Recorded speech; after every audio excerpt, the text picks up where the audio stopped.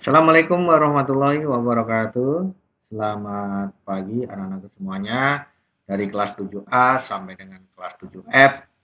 Mudah-mudahan kalian semua dalam keadaan sehat walafiat, tetap semangat walaupun kalian belajar dari rumah. Pelajaran bahasa Indonesia hari ini kita lanjutkan ke bab 2, memahami dan mencipta cerita fantasi.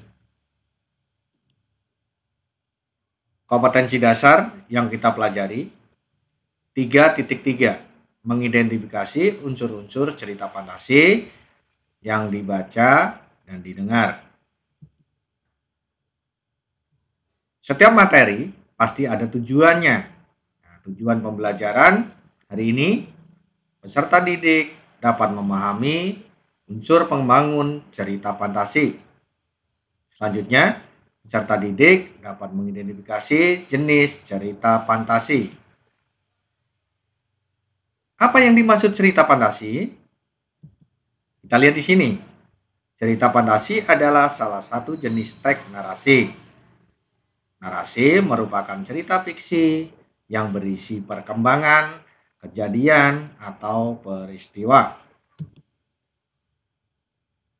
Fantasi sendiri dibedakan menjadi dua. Yang pertama, fantasi aktif, yaitu yang dikendalikan oleh pikiran dan kemauan.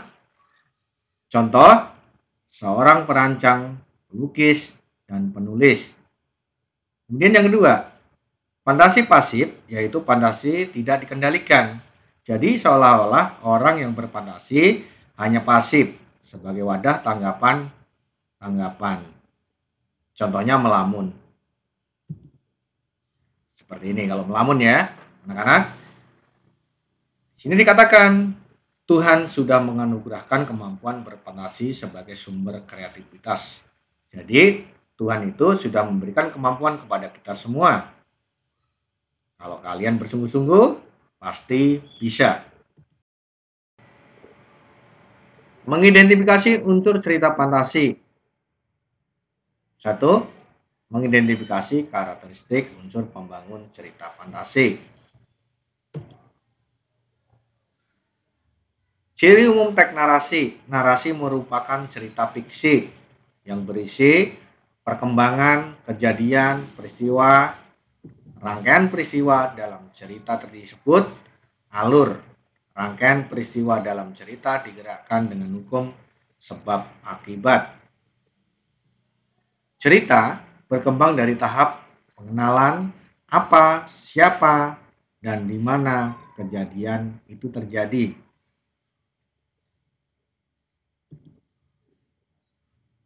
Kita lanjut. Ciri umum cerita fantasi sebagai salah satu jenis teks narasi.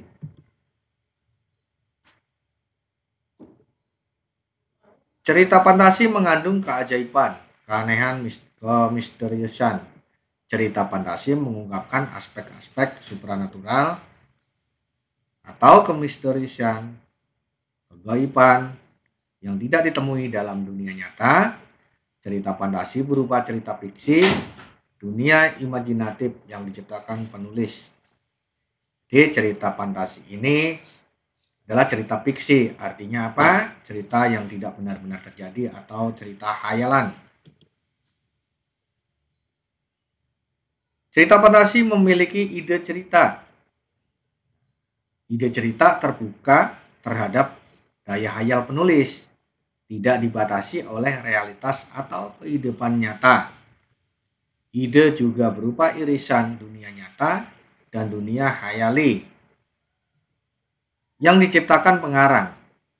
Ide cerita terkadang bersifat sederhana, tapi mampu menitipkan pesan yang menarik.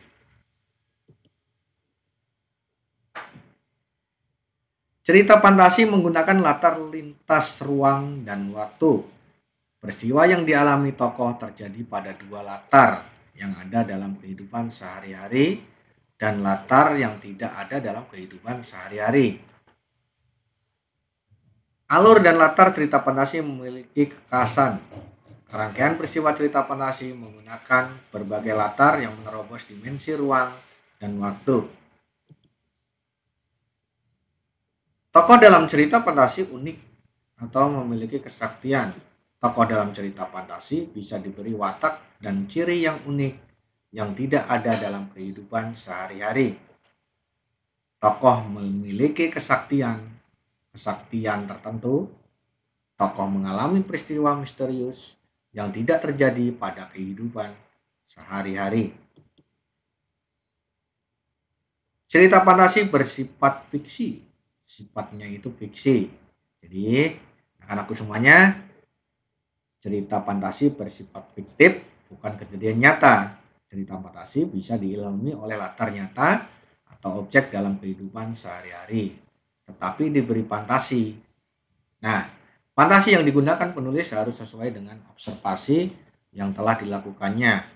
Observasi itu adalah pengamatan atau pengumpulan data. Bahasa yang digunakan adalah bahasa yang menggunakan sinonim dengan emosi yang kuat dan variasi kata cukup menonjol. Bahasa yang digunakan variatif, ekspresif, dan menggunakan ragam percakapan, bukan bahasa formal. Kita lanjutkan ke bagian kedua, mengidentifikasi cerita fantasi.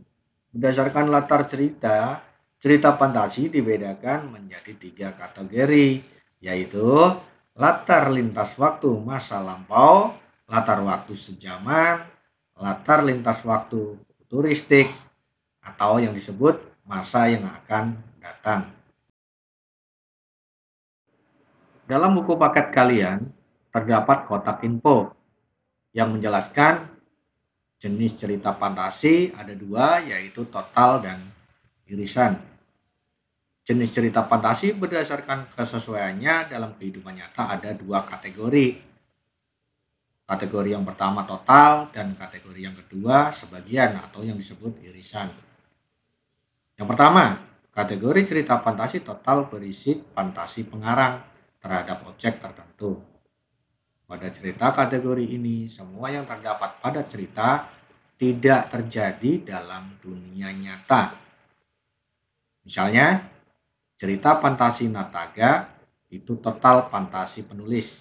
Jadi, nama orang, nama objek, nama kota, benar-benar rekaan pengarang. Yang kedua, cerita fantasi irisan yaitu cerita fantasi yang mengungkapkan fantasi tetapi masih menggunakan nama-nama dalam kehidupan nyata. Menggunakan nama tempat yang ada dalam dunia nyata atau peristiwa pernah terjadi pada dunia nyata. Sampai di sini pelajaran hari ini, mudah-mudahan kalian semuanya paham. Terima kasih. Wassalamualaikum warahmatullahi wabarakatuh.